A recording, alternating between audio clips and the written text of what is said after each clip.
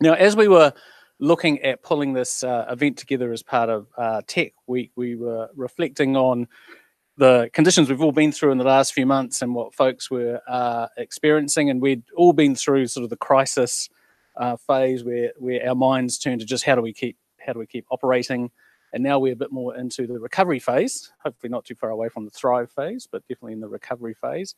And as we've been talking to customers and partners and the market and such, so one of the key themes coming through was around optimization. So how do we optimize costs and get more efficient in the world that we're living in?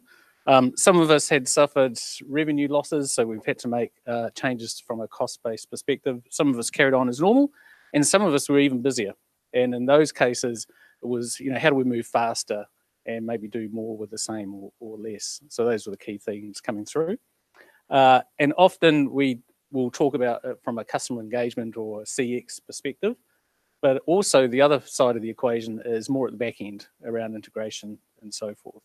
And for those of us that have put business cases around integration together in the past, they can take a big chunk of cost of a project. Now, obviously, upwards of 50% in terms of integration. So we thought we would gather a few folks from the customer community, vendors, put them together, have a reasonably informal sort of panel type discussion to get some insights from these good folks around what they're seeing and experiencing around their optimization theme. So that sort of sets the context for today. So in terms of introductions, I'll quickly spin through who's here, but then I'll get you guys to introduce yourselves for a minute or so as we go through. So down in Wellington, we have John Daniel Trask. Maybe give a wave out, John Daniel, to know which one they are. Great. From Raygun, we've got Owen Fowke from Fronde and Bret Duffield from Fronde as well. And here we've got Christian from Mercury, Neil from AWS, and Myles from XERO. So maybe I'll do it in the same order. JD, perhaps just a minute on who you are.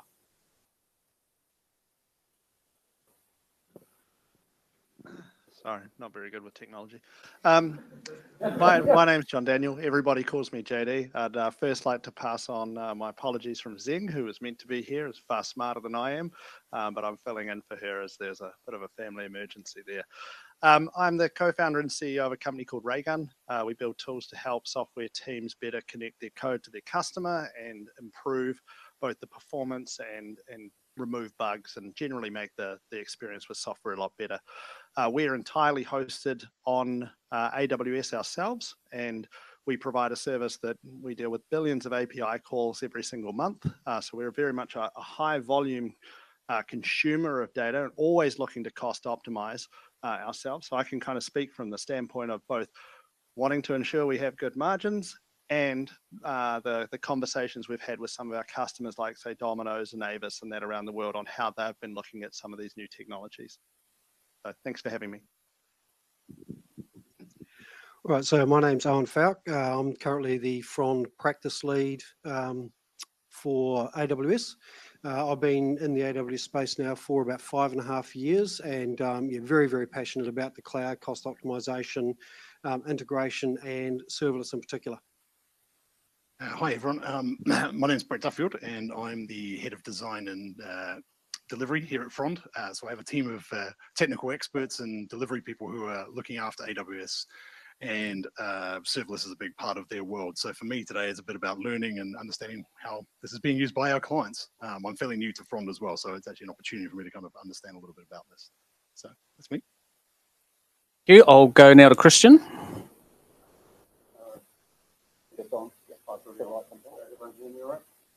Sorry, Christian here from Mercury, the platform delivery lead.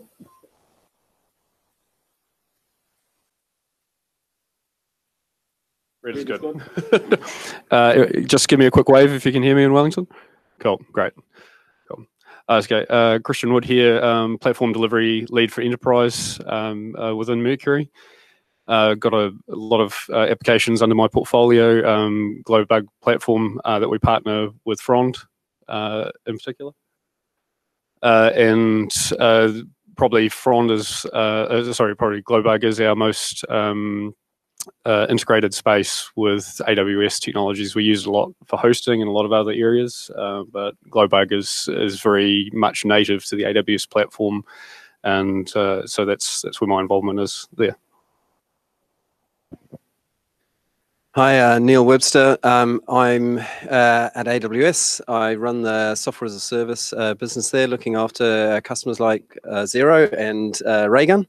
I've been at AWS 4 years, so we do in a bunch of different roles. So I've worked with customers in the enterprise and SMB space as well, working on so integration from the perspective of the SaaS company being integrated into, as well as the enterprises and small businesses driving integrations to achieve their business outcomes. So hopefully we're able to bring a few insights. Hi everyone, I'm Myles. I'm the general manager of engineering at XERO. So I lead a group of engineering teams in New Zealand and abroad. Then also in addition to that, I'm a co-organizer of the Serverless Meetup community here in Auckland. And we also collaborate with our Australian friends on all things serverless. So yeah, here's a community representative of XERO. And then just in general, I've led teams who have built several serverless platforms in the past. Great, thank you all. So hopefully everyone can see we're in fairly safe hands when it comes to this discussion topic. So look, just to warm us up, and with that introduction, I'll hand over to Bret. Bret's been involved in the integration world for 20+ years, and we thought we would give him a chance to sort of talk about some of the insights he's seen around both private and public sector. I'll just correct you on that. It's more like 17 years. But look, yeah, I have been in this game for quite a while, and it was really interesting seeing this topic coming up and looking at cost optimization specifically in the integration space. Having been doing this for a number of years, that 50% of digital platforms costs are actually related to integration, and it came from Gartner. I normally question those kind of stats and go, is that true? And actually, when I looked at it, I went, no, that's true. When it comes to integration historically has had a large point of entry and a large cost associated to it, especially at the enterprise level. Over the years that I've been involved, and I do go back a wee way now, integration started out was very point to point, it was really simple sort of sets of integration. But what I found over time is the enterprise sort of adopted more maturity towards integration. It became more important. It got more complex as well. And integration definitely became a point for enterprise. Sometimes you want to do it and you want to do it well, but it does come at a huge price tag. So the good news with this has been obviously the rapid cloud adoption that's been going on over the last at least 10 years, but probably in the last 5 years, we've seen a lot more activity in the cloud space and really rapidly enterprises are moving to cloud, and integration is moving to cloud as well. And that's with the API economy and the API movement is really seeing a huge importance put on integration. As I said, way back in the day, it was very sort of manual sets of processes, but nowadays we expect data to be available wherever we want it and anytime, real-time data movements. And obviously emerging technologies, IoT, big data, etc., they really demand a lot from integration. And as I said, I'm quite new to Fronde, so I took a year out and spent a year in government, working with some people here. And coming back into the space after a year away and seeing how fast things have moved on in integration has been actually really, really insightful for myself. I've been given a bit of a insight into serverless. I got an education on day 2 of being here at Fronde that I was asking about a few platforms I thought we should be supporting, and I got quite rightly corrected that we don't do that anymore. We're looking at serverless, and this is where the future lies. And literally over the last 5 months, I've really seen that from the clients that we're dealing with and the opportunities that are coming up, serverless is really at the forefront of that. It's definitely something that's helping, obviously, from a cost optimization point of view. If I had known about serverless 10 years ago, that was on the horizon, we would do things very differently. And the option there is to accelerate fast, try things. You learn along the way in integration, especially with some of the theoretical stuff that was out there around SOAs and SOA architecture and ESBs. It was very theoretical, and actually realizing that value back to the organization was quite hard. Now with serverless, you can spin stuff up, tear it down, and actually test things really quickly in real time, and the entry point's really cheap. So I've been corrected in the last few months, which has been good. Owen's helped me learn a lot of these things. What I've noticed with Fronde's involvement is more of accelerators now for organizations. We sit alongside, we don't try and outsource and pick up everything and try and run it. It's very much we enable the internal teams and coach and mentor them on serverless. So for me today, it's a little bit of a journey as well, carrying on this journey, understanding what the panelists and what JD's going to be talking about here around how we can get that cost optimization really nutted out and understand how we start some of these journeys with clients. And that's quite important from my perspective. So that's a little bit of history and context, I hope. So. Great, thanks, Bret. Perfect. All right, I'm going to throw the first question open to Christian and Myles from a customer operator perspective. So if we just ground ourselves in the current times, was there anything that you sort of saw through the COVID crisis where integration or a more dynamic way of operating helped with that?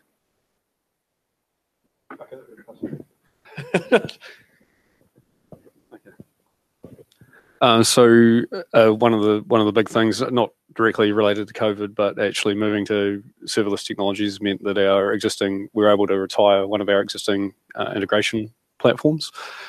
So that was in a cost saving in the region of hundreds of thousands of dollars. So the existing integration platform in some ways was a bit of a black box to us. It was sort of getting to the point of being technical debt. So now being able to use the serverless technologies in AWS and that sort of thing, we've now got visibility of everything that's happening across the platform, whereas there were points where we weren't able to troubleshoot if it was far enough back in time and that sort of thing. So that's been a real win. And also we've found in places where we've got those Lambda functions in place of that previous integration platform, we're actually finding that's a much more reliable service as well. So there's been a lot of really good wins for us. Yeah, I guess I'd echo a lot of what Christian raised, and also in general, it's not quite a technology bit, but giving the teams headspace, because I'm sure we'll all relate to it, that as we got further into the crisis, we all became time poor, a lot of sort of smaller meetings, micro meetings.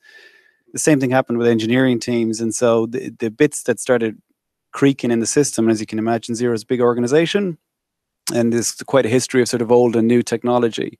But the bits that would sort of creak and interrupt teams were never the serverless bits. It was always the pieces around it and so forth.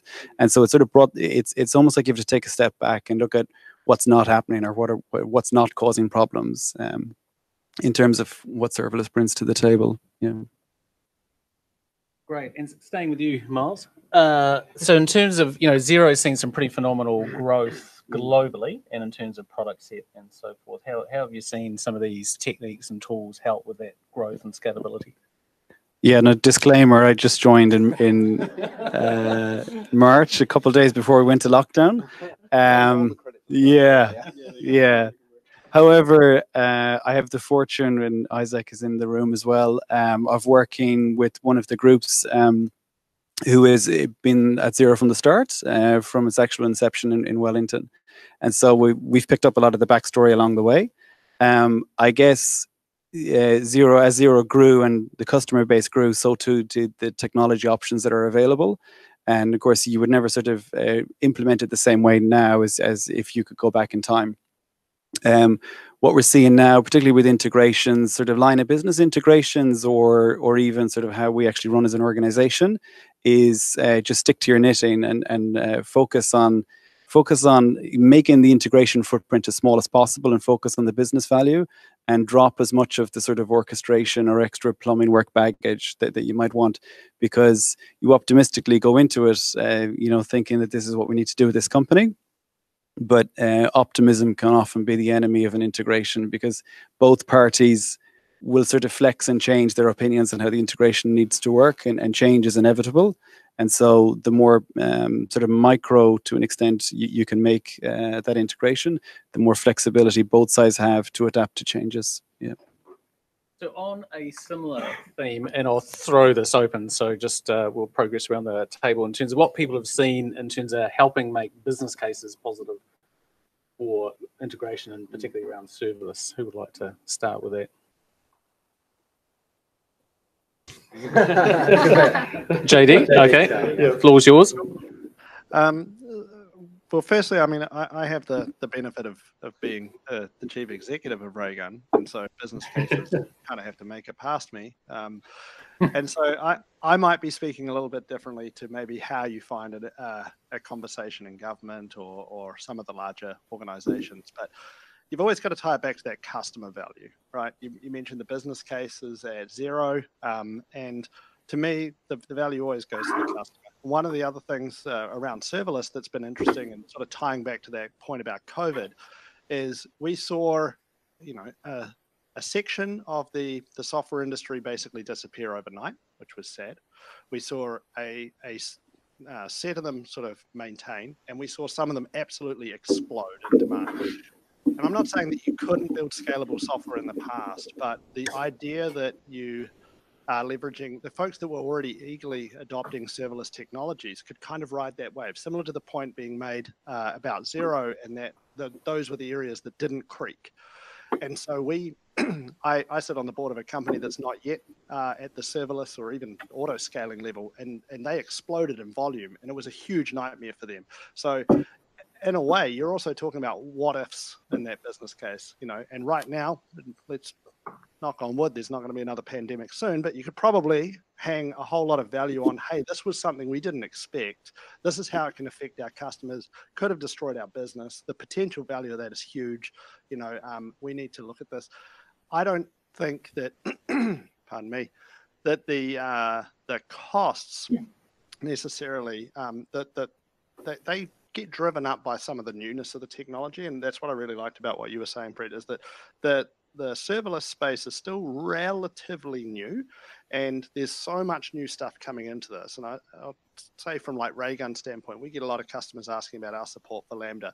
Very early on, when our friends at AWS were telling me about the explosive growth of Lambda, we obviously wanted to be part of that story, but there were features that weren't yet available for us to be able to bring what we can do outside of serverless. But those things have been landing. And so having a partner that can sort of help you, so you're not having to have your whole team needing to keep up to date with every improvement landing in these technologies, is really important. So that helps sort of lower the overall cost. The idea that the business can sustain ups and downs, and effectively your costs are as ticely tied to the usage of your software and platform. You can't get a better way of mapping to that. Even auto scale groups with, say, EC2 instances, they're kind of quite lumpy blocks, so you're not mapping that curve as smoothly. So there's savings to be found in there as well. Sorry, there's quite a broad coming from all of the questions so far. Anybody in Wellington will hold on to the mic. Want to add to that? The one thing I would add to that too is business cases are often predicated on a significant investment up front.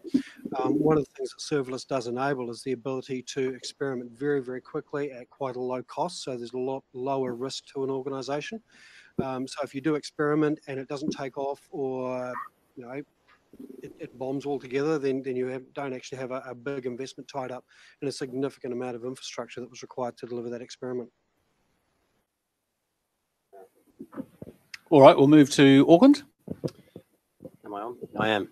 I think what an interesting observation from some of our customers out there is that there's sometimes there becomes almost a risk that people are moving so fast and that we skip the business case stage entirely. And so we see a lot of bottoms up innovation with serverless, because people are given a sandpit account and someone built something and demoed it and then went, and we were like, oh, that looks quite cool. And it's like, hang on, do we understand why we're doing this? So we do see some business cases coming in almost post a demo, you know, if you like, or it's definitely not something you want to necessarily ship to production yet, but someone's tried something, and someone had an idea. They were talking in the cafe, and they just said, "Oh, I'll just do that on my lunch break."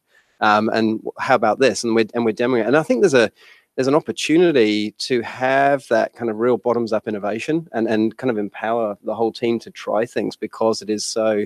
Okay, well, you've got to. If you're going to empower that level of innovation, you've got to have a framework to make the innovation production ready and hardened, and we all get behind why it is we're doing it. And so, but there's an interesting pattern there developing, certainly in some of our customers, where innovation's happening, and then we might try and formalize that with Potentially a lot lower risk in the business case, because actually we've been able to look at what it might look like, and everyone thought, well, actually that was quite good. You know, the other 8 we'll throw in the bin, but that one there has got some legs to it. So let's actually build a business case around that. Sorry. No, you're good. Okay.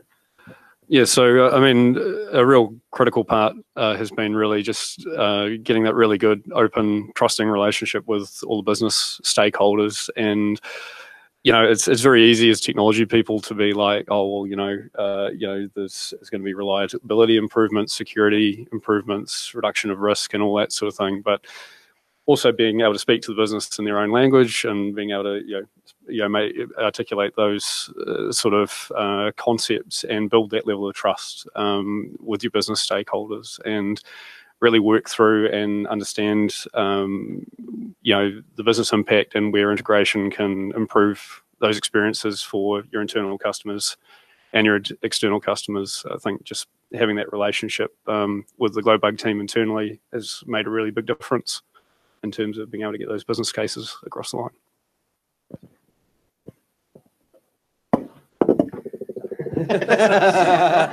You can pass. I'll keep it quick. Yeah, in terms of business cases and so forth, it's what other people have said. Focus on the business value, and that's actually the real game of what serverless is at. Just drop all the other baggage that you don't need to focus on. Teams and companies, their risk appetite, a lot of them have just figured out how to pronounce Kubernetes, and now you're coming along with something else. But it's do a pilot project is the best way to tackle it.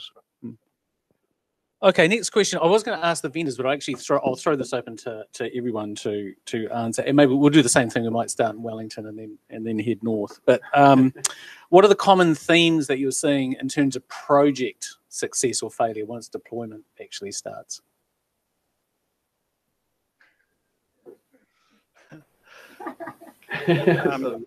Specific to serverless, one of the challenges we've seen or heard from our customers has been the challenge around taking, say, a brownfields project and trying to adopt some of these newer approaches, and that can certainly present challenges. And oftentimes there are situations where it might be the first time they're exploring these technologies, and so you've kind of got a relatively, say, and I'm talking about teams internally here, not working with a vendor, but where that might be where they start doing their first research on how to use these technologies. And they're going to make every mistake under the sun, the same way we all do when we start learning anything. And so that's been a bit of an issue.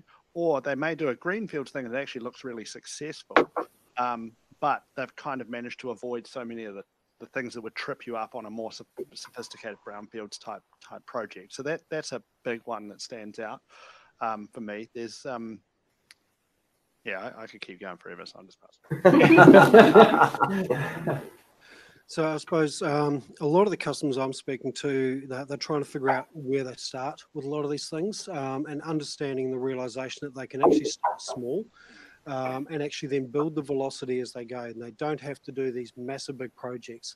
That speaks a lot to the success of how customers are seeing success. It's in small increments these days, not in the really, really large multi-million-dollar or hundreds of $1,000s worth of deployments. So yeah, that's a lot of the feedback that we're getting is about starting small, minimal investment, but then building velocity and success out of that. Yeah, just to kind of carry that on, it's the believability around the story. I think a lot of people actually don't believe it's that easy. I was one of those people when I came in. I'm like, you really start with a credit card, and that's almost the level you're going in at to start these kind of integrations.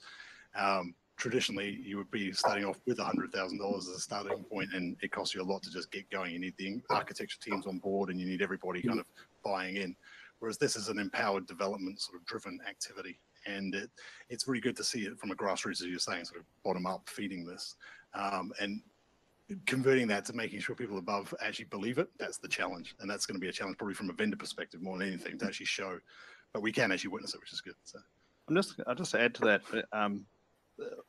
That bottom up innovation, I think, is really important in any company, and I'm sidetracking the question slightly around trust, and nothing, again, speaking, this was actually, I think it was Nordstrom in the United States, right? serverless has the benefit that you don't have to remember to turn off an instance, right? So if you want to build trust with your bottom-up innovation and not having, in Nordstrom's case, I think they got to the point where they realized they were burning $1 million a month on EC2 instances that people had fired up to do some development on and then forgot about.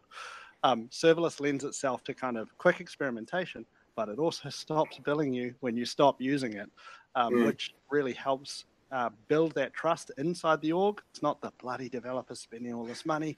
It's actually helping them kind of go, actually, we can have the best of both worlds, building an innovative culture where everybody's ideas are valued without so much of the downside.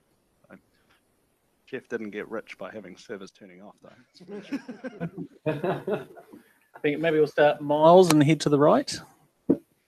Yeah, so in terms of getting it moving, governance is always a big topic that comes up, either with, as people are saying, a brownfield or the bigger the organization. That was hard in the early days of serverless, but the governance around sort of data security or privacy or threat protection and so forth is actually getting a lot easier, particularly with people like JD putting products into the marketplace to help with observability and so forth. But governance stuff is sort of the day two question that comes up. The first question is that belief, I think, that somebody else mentioned. And I've in the past had to actually show people the bill afterwards in terms of, yes, it does just cost that much. Yeah. I'd like to talk about maybe the first project you do with serverless. Because I think sometimes it is a getting started problem, isn't it? It's it is really easy. It's great for experimentation. It does all these things, but actually the first one that you do, people have a lot of questions, and so because to get something into production, you actually have to answer questions around governance and security and observability. And although the answer is always Raygun, you still have to solve those problems for a new set of architecture. And so we think it's, and I just echo what everyone's been saying, that actually a business outcome really early on into production, however small and tiny it is a really great forcing function to answer all of those questions and stop a team of people kind of, sort of going, oh, we could do it this way, we could do it that way. It's get one in, get something into production, get going, get some business value, show people the bill with the 35 cents a month on it, and you've solved it once, and then you can come back and iterate. And if you didn't get it 100% right the first time, we'll go again. And the key to being able to move really quickly is to augment your team with people who've done it 100 times before. Because if you're learning on the job the very first time you do it, you're going to spend a lot of time learning and not a lot of time delivering business outcome. And so you make progress by making progress. And that's just that works. Thank you. Yeah, I guess I mean a lot of the things to be aware of are sort of from an IT department sort of thing. One of the people talking about the quick wins, that you don't have to go completely native serverless from the get-go. Can we put an RDS database in here? Can we replace this part of these calls with Lambda functions, all those sorts of things. And also, I guess it's also talking about where is serverless appropriate. It's not every nail can be hit with a serverless hammer kind of thing, and sort of being with a lot of the AWS technologies, being aware of what is out there, and just give a shameless plug to Fronde there for keeping track of that much better than we do. So yeah. Thanks, Christian. On a similar vein, and I'll throw this open to Christian and Myles again. Yeah. So to Christian and Myles, and for those who can't, are too far away or on this, I don't have too many grey hairs, but with the benefit of hindsight and a few years of experience, what are the pitfalls to avoid? I might chuck that over. Myles, if he's got an immediate answer, I just need to think about that for a second or two. Or... Yep. Okay. Yeah, can do. I don't know if they're necessarily pitfalls, but just sort of lessons learned. And somebody was talking about, we were talking about this earlier on. What serverless does is force you to adopt certain patterns that maybe we've tiptoed around in the past, around distributed computing, event-driven systems, and so forth. And so even if it was serverless or a mother load of containers, you would run into the same problems of paying attention to your logging and paying attention to how you actually orchestrate complicated events. It pays up front to actually decide what to log, decide what you're going to call stuff, because once it's running in the wild, it just keeps growing, and they're all little feral animals if you don't get it right. And so, yeah, once it's running, your log, for example, is your debugger. There's no concept of an instance to go and jump onto. And in the heat of production, you want to have that muscle of understanding what the chain of events is that cause something to happen and be able to zero in on it.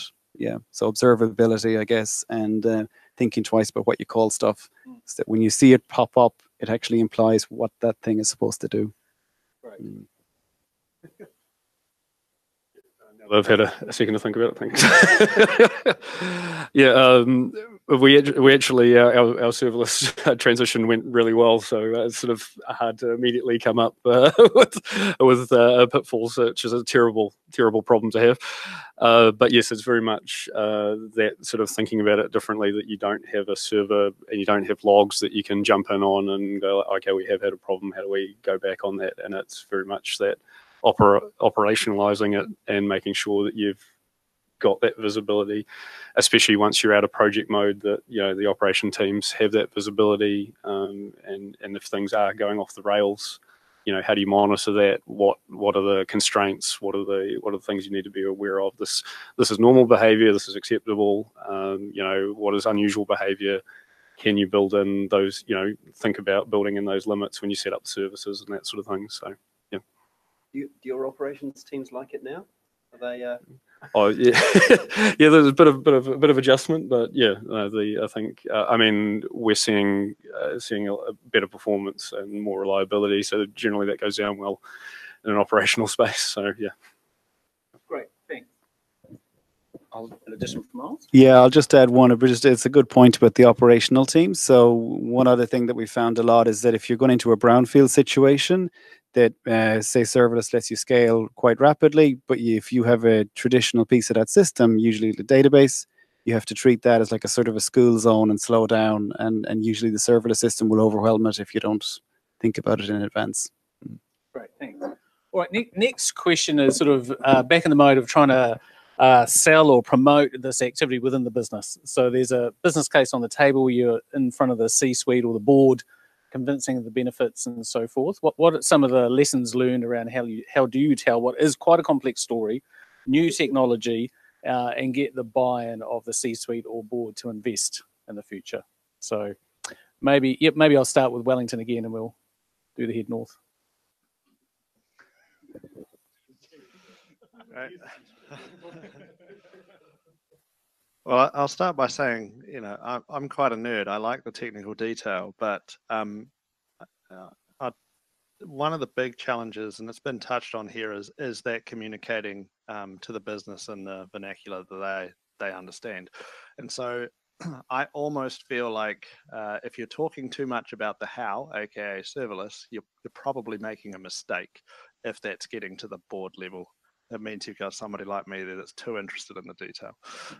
So yeah, focus on that value side. It should be helping the teams move faster, help with certain scenarios, and to be honest, also flagging the risks, like some of the things that have been talked about today. Like, hey, if we put this in one area, we will have an issue down, one day where this other system won't scale. I've always found that that adds that level of authenticity to a request where you kind of go, oh, they have thought about it. It's not all rainbows and lollipops, and that builds trust as well between the C-suite and the folks that are trying to get this through. Yes, I suppose it really is focusing on that business value that the solution is actually going to bring, right? So how are you going speed to market? How are you actually handling all of those issues? But I think one area that hasn't been really sort of discussed very much is around operational efficiencies moving forward as well. Obviously, there's lower implementation costs, lower running costs, but also when you're serverless, there is no servers, there is no patching, there is no administration. So really understanding what that means from a long-term business benefit as well is a really, really key story to actually get in there as well. Yeah, I think leading on from that as well is the reuse of your existing. So you've got a development team in-house and you've got vendors you're already working with. It's actually quite easy to onboard them to a serverless journey. It's not having to go out and reinvent anything. You don't have to go and invest in a new platform or a complete new technology set. And especially in New Zealand, and given the current market, it's very hard to pull people in from overseas. So you're working in this with the tools that we've got at our disposal. I think this is actually quite a powerful story to be able to tell to your exec to say, hey, look, we can repurpose our team onto this modern technology at a very, very low cost point. And that's something I think would add a lot of value. So. Christian, do you want to? The thing that I found really helpful with business cases and the exec buy-in and all that sort of thing is really sort of doing your research on what they're, there's quite often sort of phases in terms of what they're really focused on and that sort of thing. It's really easy to approach everything in terms of a cost-saving point of view. But there's a real drive in terms of the security side of things at Mercury, and that's really, there's a lot of buy-in at the exec level, which has been really good. It's meant we've been able to erase a lot of technical debt, sort of on the back of that.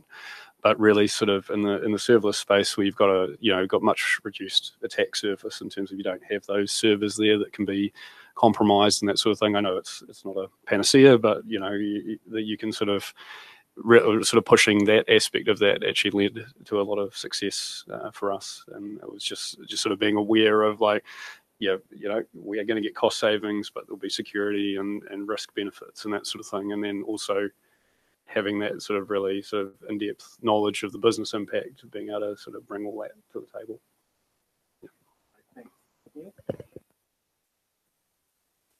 Yeah, I'd echo JD's comments that we probably don't want to try and explain serverless to a board, but I think what it is, there's a common kind of conception that your architecture pattern ends up reflecting how you're organized as a business.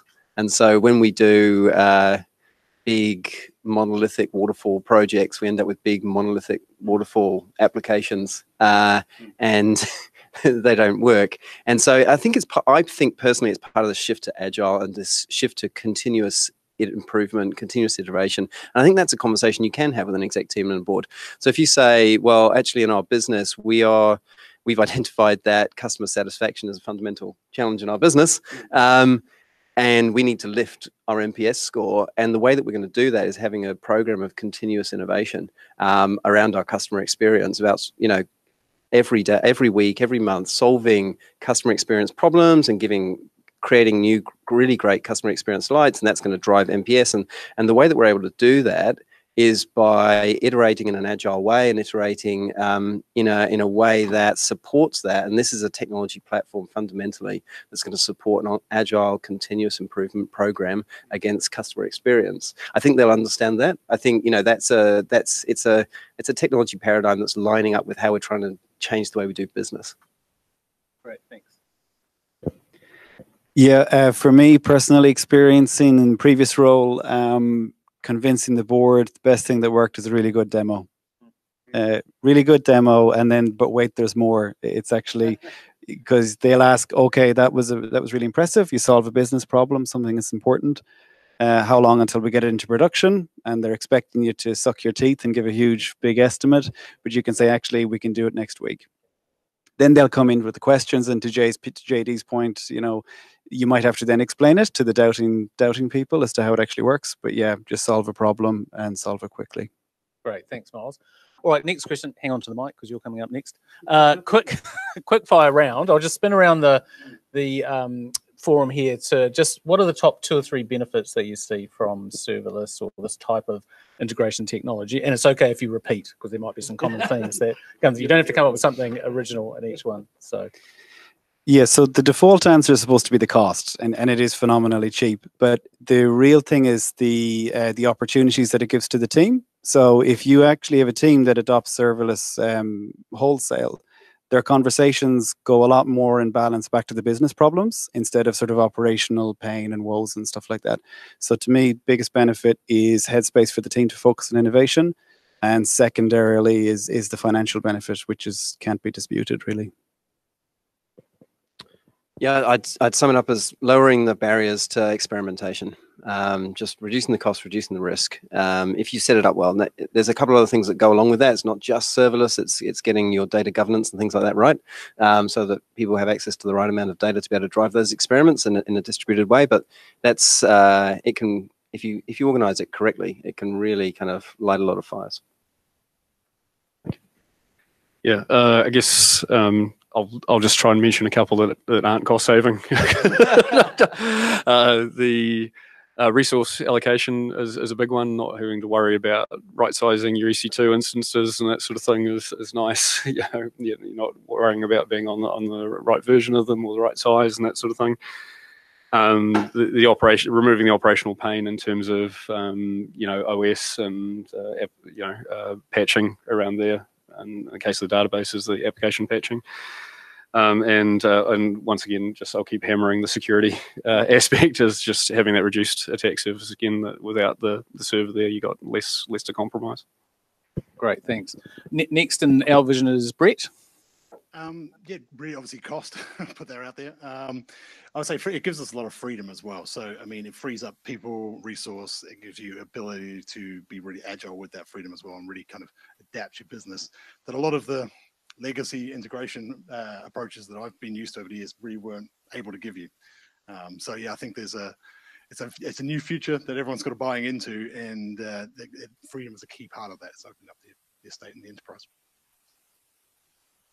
So I suppose enablement is one of the big words that I sort of tend to throw around a lot. So this is enablement from a business perspective, enablement from a development perspective, and speed of being able to apply those enablements.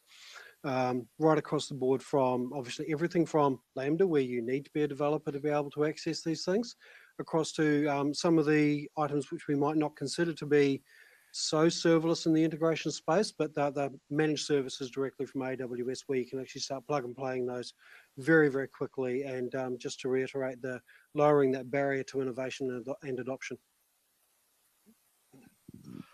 I agree with all the points raised. I'd add two more, which is if you're not choosing to go down this path now, you're just going to be creating yourself a much more expensive problem in 5 to 10 years' time when a lot of stuff has moved that way. That's where a lot of genuine innovation is occurring.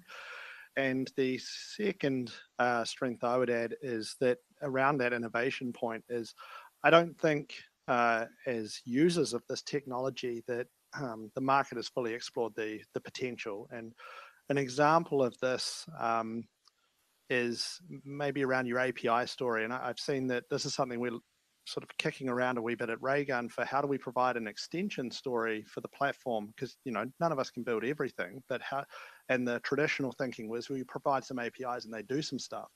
And we were watching what Atlassian's been doing around Jira, and they're sort of building this new plugin model around things like Lambda, saying, well, why don't we just make the model that you do that? And that gives you that security sandboxing, a place to call it. It doesn't utilize cost, doesn't need an instance on all the time. And those sort of extension stories is where I think we're still at day one of the potential of what functions as a service type platforms like Lambda can offer. Just give fair warning, we'll open the floor to questions shortly. So sort of final question, and again, I'll open it up to anyone or all of us.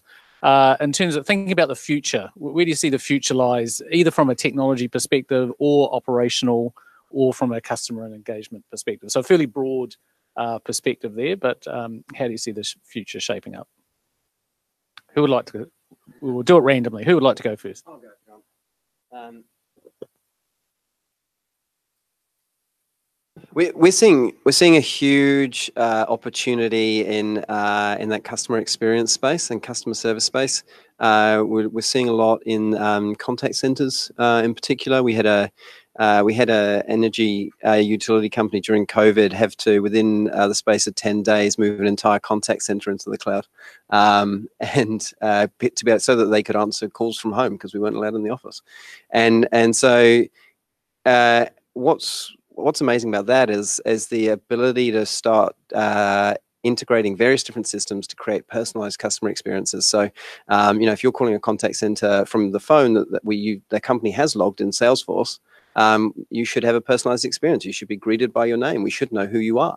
And we should be able to start having a customer journey that suits you, because we know what you buy from us, and we know what we have, and so we see that there's just a tremendous opportunity in terms of customer experiences. Everyone wants a much more personalized customer experience these days.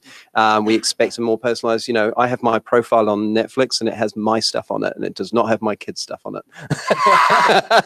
And I want that, and so when you call your favorite telco or your favorite whatever they are, and you go through like a really traditional experience of just like, you should know more about me by now. Why don't you know more about me? Why can't I have a conversation with you about the stuff that I want to have, and without hunting through 6 different channels? And so I think there's a tremendous opportunity in terms of end user customer experiences, and I hope as a consumer of those services that our New Zealand enterprises adopt that with a passion.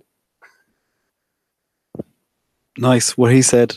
I guess, yeah, my world is more about the engineering aspect, and for me, in terms of the future of it, I think serverless has kind of like got a branding problem, that it's seen as something new or something different, but in reality, if you zoom out, it's no different to the trajectory that we've been on for quite some time. And on that, I think in a sort of an evolutionary type concept, companies who adopt it now, to JD's point, will have a lot more agility and realize their opportunities faster than their competition. And so I'm pretty confident, whoever predicts the future is in trouble, but I'm pretty confident that serverless will just stop being a hot topic and just become the norm and the accepted way of doing things, because of the actual opportunities it affords the people who embrace it. Yeah, I guess for the future, there's a sort of a bit of a gap in terms of, for this to be properly utilized in your organization, you need to have your architectural, your infrastructure, your operational teams all across it, and it not, like you say, not being a scary new technology, but well understood. Once again, where is it appropriate to use those things? And if it's put in the special box of, we only use serverless for these use cases, your rate of adoption's not going to be high. So it is a cultural thing as well as a technical thing, because if you're not seeing those teams embracing serverless, you're never going to end up there, and you're going to stay in a largely traditional environment. And so there's a bit of that. You can, like you say, a good demo can go a long way, and all you need is, often you only need one really motivated person in that team to sort of pick up with it and run it over, and then show them what you can do, and then suddenly everyone else I want a piece of that. I don't want to be the person in the team or the company that's left behind, kind of thing. Great, thanks, Christian. JD, should we go to you? Sure. So the comment earlier about predicting the future, you'll be wrong. It reminds me of a comment from Jeff Bezos, actually, where he says, everybody asks what's going to change, and not very many people ask what's not going to change. And he talks about it in the essence of Amazon, is that customers won't want products to be delivered more slowly. They won't want the prices to be going up. These things can hold true. One thing that we believe strongly at Raygun is that we need to keep the whole team as close as they possibly can be to the customer. That's never going to change. And we've seen initiatives like DevOps and whatnot that try to bring that sort of empathy for the customer closer to the delivery team. And Zing, who I mentioned can't be here tonight, she's fond of saying you've got to have the people who can fix the pain as close as possible to the people being affected by the pain. And that typically means your software team. And so, the classic example, you mentioned moving a call center, you sit on the phone and you've been there for 30 minutes and you're hearing, you know, your call is important to us, and you're thinking, bullshit, you know. So I'm sort of deliberately dodging the technology side and more saying that I think that as the operational maturity of our software teams continues to evolve, the conversations they're having are going to actually be less and less about the foundational technology and more about how they can enable the customers. And again, customers winning means the business is winning. Yep. So I suppose when I look back 2 years, the term serverless could strike fear into a lot of developers, right? So they didn't understand it. They didn't really want to get on board. I think the last 2 years, everything's changed in that space. So trying to forecast the future is outright impossible. But I do think serverless is going to become fundamental to the success of a lot of businesses moving forward.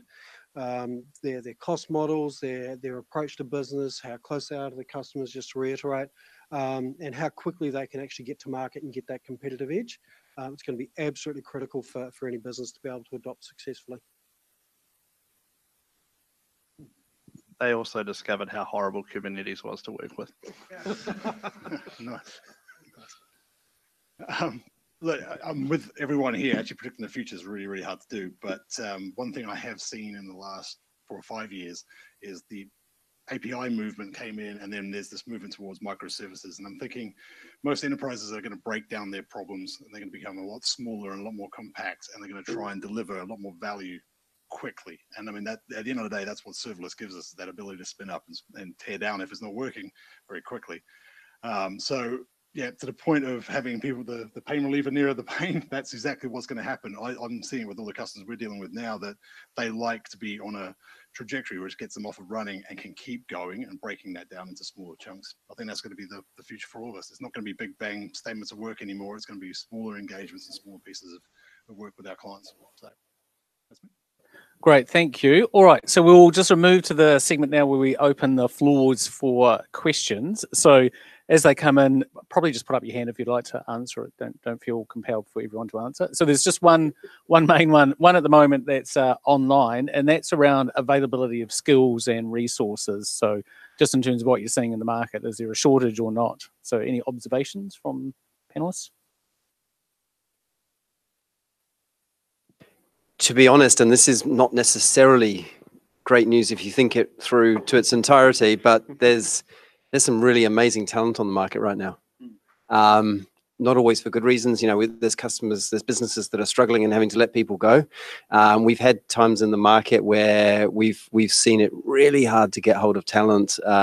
We ran an initiative a couple of years ago where we went with XERO actually to the AWS Summit to try and get some Americans to come into New Zealand because we were so short of talent. Right now, there's some amazing people out there on the market. And I've had a few CVs across the table going, wow, you know, these people are phenomenal. So if you are in the market for hiring people, now's the time to do it. I would get out there. Right. Anyone else in Auckland before we? Yep. Very briefly, probably if looking at it where the market was 3 years ago, it was fairly hard, especially to have someone who sort of had, like, I guess, top to bottom understanding of the technologies. And because a lot of the technologies are very complementary, you really do need someone who knows how they all work together. But certainly in the last 2-3 years, I've seen a lot more people coming through. And there's been some, the AWS training, I think, has been pushed quite a bit. So been seeing a lot more of that coming through. Yeah, so there is a shortage definitely in terms of sort of getting people in permanently in your organization. However, because of what we've all discussed, it's quite an appealing sector. And so locally, for example, there's quite a thriving community. We've got in our Meetup approximately 1,600 engineers and architects just in the Auckland one alone. And there's also quite a group in Wellington and elsewhere as well. And that community is actually working in lockstep with a lot of thought leaders around the world. And, you know, in this COVID times now, good ideas spread really fast. So if you need guidance and you can't quite put a bum in a seat, as they'd say, you can leapfrog a lot of mistakes by just tapping into the community and some thought leaders. Actually, quite happy for you to give a shout out to the community, Myles. So how would people get in contact with that? Definitely. Thanks for that. So meetup.com, if you look for Auckland Serverless, and also just a timely one, there's like an ANZ Serverless Days, an online event coming up in September. So if you look for anz.serverlessdays.io, it's shaping up to be a fantastic sequence of talks, either if you're new to it, if you're a business stakeholder, or if you've already started into it and you're running into the more advanced use cases. Great. Wellington, just before we start with you, is anyone aware of the go-to place down there or the community? No, all right, we might try and put that on we'll try and make that available after the event. There is also a serverless meetup in Wellington that's reasonably active. Yeah, and the Amazon user group is also quite active. Well, great. Perfect. Okay, Wellington, over to you. Resources, skills, etc. I think from a Fronde perspective, we've obviously seen an uptick in the market around availability of people that are out there, but we obviously have an internal pool that are constantly retraining and reskilling and getting across these new emerging technologies. Owen will probably answer this better than me. We've got a capability drive internally always happening, and that's something that we're trying to train our teams and obviously keep our competencies up to keep us in the AWS frame. So it's definitely changed over the last few months, and we're seeing a different shift of who's available. I think seniority seems to be a thing as well. You seem to be able to find a lot more senior people on the market than you would have had before. But yeah, that's what I'm seeing at the moment.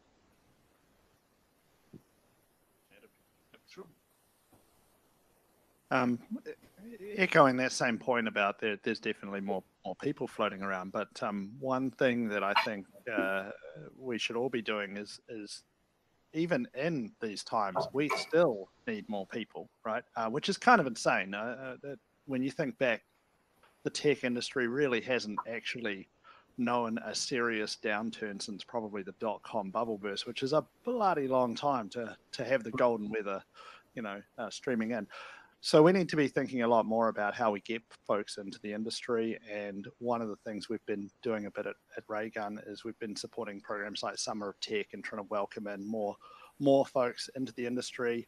We've this year it was derailed a bit by COVID, but we're trying to support teaching folks about programming within schools. There's some great opportunities around that these days, and I'd really like to see more businesses getting in behind those programs, because you send in a software developer, even a junior software developer in your organization is going to be able to help children, and I think that ultimately we talk about pipeline problems, and kids, a lot of them, they don't realize that the opportunity that's there. It's quite difficult to discover these days. So a bit of a different part of the answer, but I think we should all be doing our part to alleviate the supply problems, or else we'll still be talking about this problem in 50 years' time. Great, thank you. All right, Owen, did you want to add to that, or? Nope, I'm good. Oh, okay, great. Thank you. All right, folks, I think we're about done for time. So firstly, I'd like to thank all the panelists. Great session. For those in Auckland and Wellington, they'll be hanging around for a while. So if you've got some burning questions, feel free to tackle them over a beer or a glass of wine. And thanks for the audience for joining in, both in the locations and online. So thank you very much, everyone. Enjoy your evening.